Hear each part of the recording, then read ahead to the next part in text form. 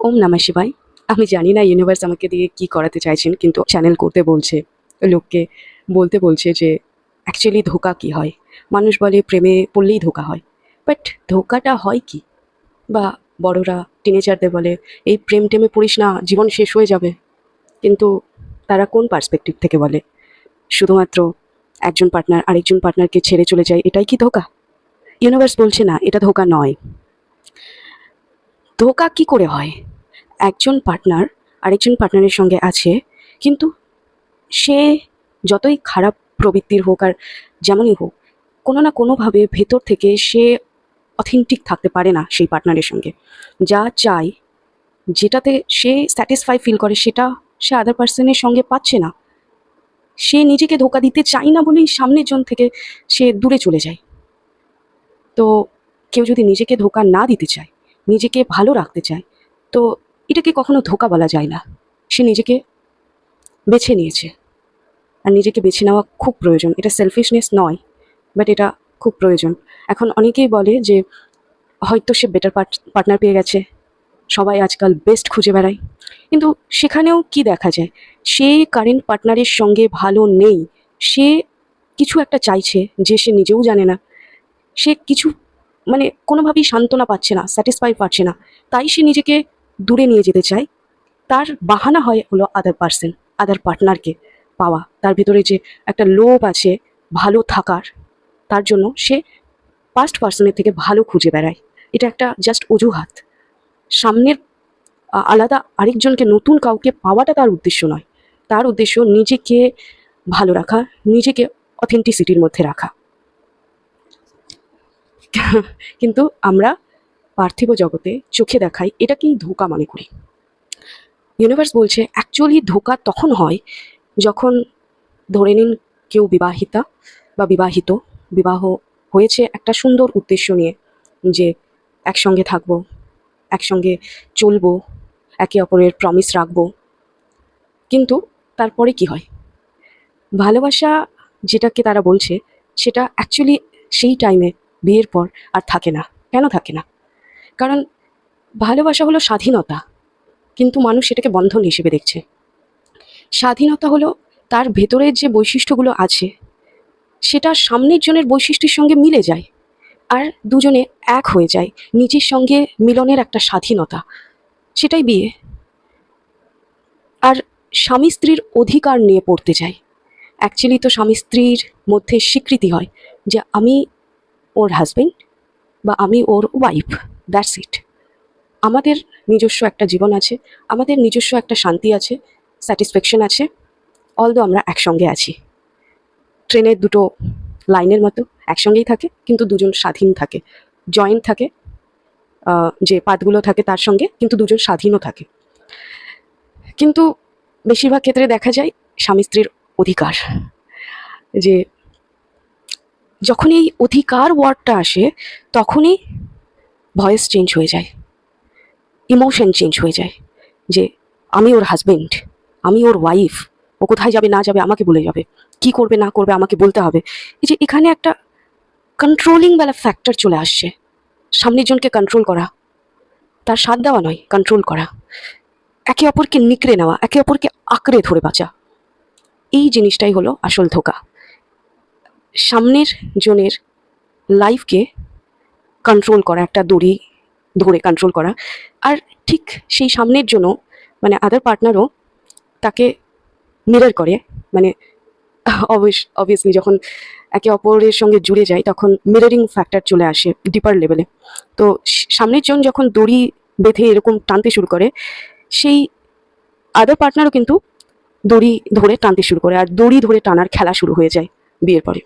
এটাই হলো আসল ধোঁকা, ইউনিভার্স এটা বলছে। তাই ধোঁকাকে ওইভাবে দেখার মানে হয় না যে দুঃখ দিয়ে বা থার্ড পার্টির পাল্লাই পড়ে ছেড়ে চলে গেল, সে আমাকে ধোঁকা দিল। ধোঁকা তা নয়।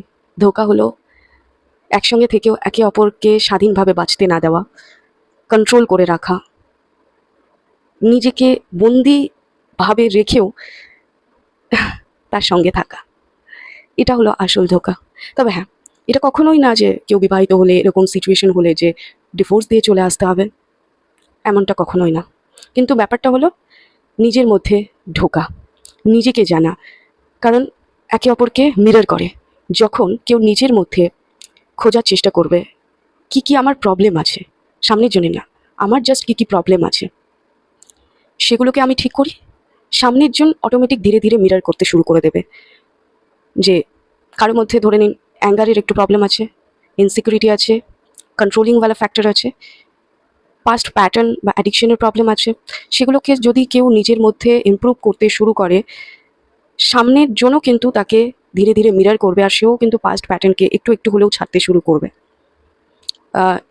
প্রকৃতি এখন এই ইনভিজিবল হিডেন মিশনে আছে। বেশিরভাগ পৃথিবীর কাপলদেরই, সে বিবাহিত হোক আর অবিবাহিত হোক, তাদের কোনো না কোনো ব্যাপারে ট্রিগার ফিল করাচ্ছে।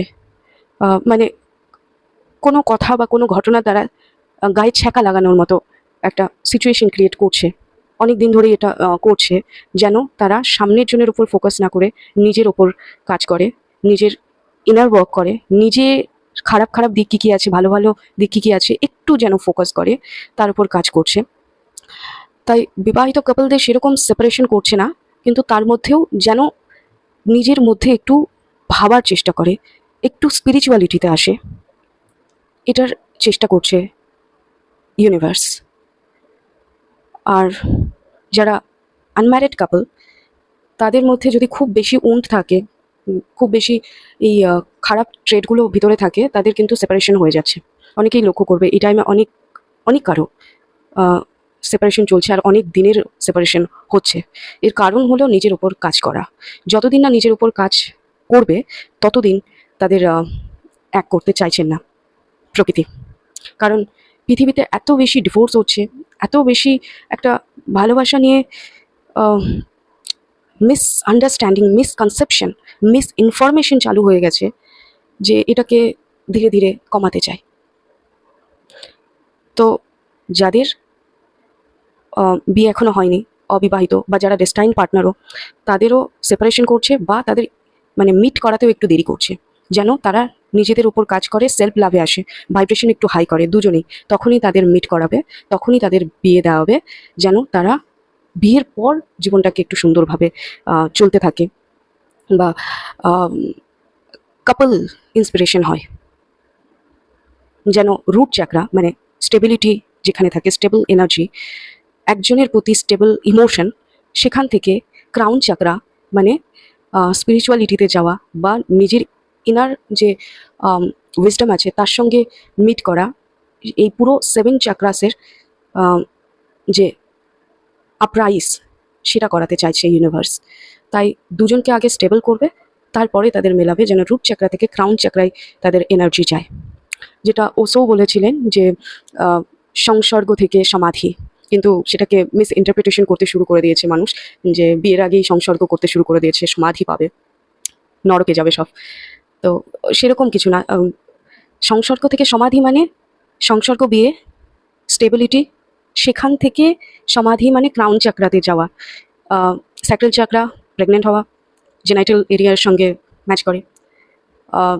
সোলার প্লেক্সাস চাকরা যেটা, সেটা প্রোডাক্টিভিটি, প্রোভাইডার হওয়া বাবা মা দুজনেরই।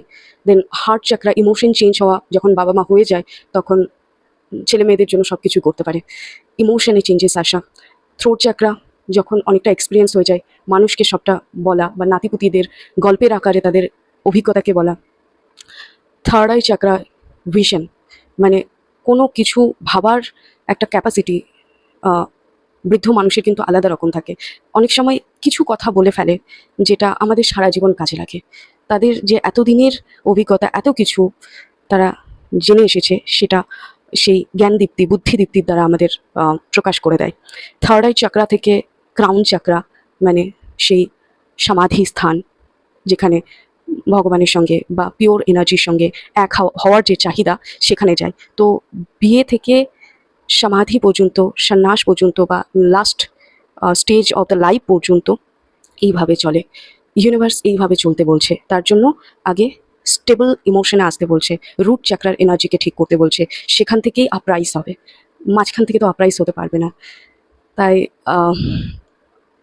ইউনিভার্স এটাই বলছে যে ধোঁকা হলো কন্ট্রোলিং যে ফ্যাক্টর একে অপরের প্রতি আছে, নিকড়ে নেওয়ার ফ্যাক্টরটা, এটা ধোঁকা। কেউ যদি ছেড়ে যায়, সে নিজেকে চুজ করেছে, সে নিজের স্যাটিসফ্যাকশন, নিজের শান্তিকে চাই, কিন্তু কিভাবে চাই সেই রাস্তাটা জানে না বলেই সে আপনাকে ব্যথা দিয়ে চলে যায়। সে নিজেকে ভালো রাখতে চায়। আপনার কি করণীয়?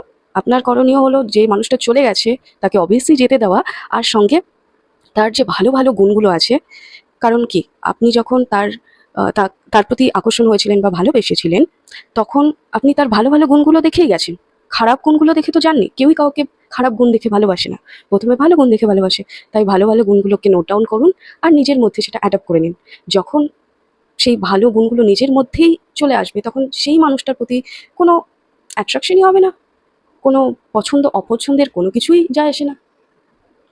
এইভাবে নিজেকেও হিল করে নিন আর তাকেও যেতে দিন, কারণ সে ধোঁকা দিচ্ছে না। ধোঁকা সে দিচ্ছে যে আপনাকে কন্ট্রোল করছে, বা আপনি যাকে কন্ট্রোল করছেন আপনি নিজেকে ধোঁকা দিচ্ছেন। কেউ কারো হাতের পুতুল না, সবাই স্বাধীন। স্বাধীনভাবে বাঁচতে দেওয়াই আসল প্রেম। সেটা মোটিভেশনাল কোট বা মোটিভেশনাল স্পিকাররাও বলে, তো ইউনিভার্সও এটাই বলছে। Thank you.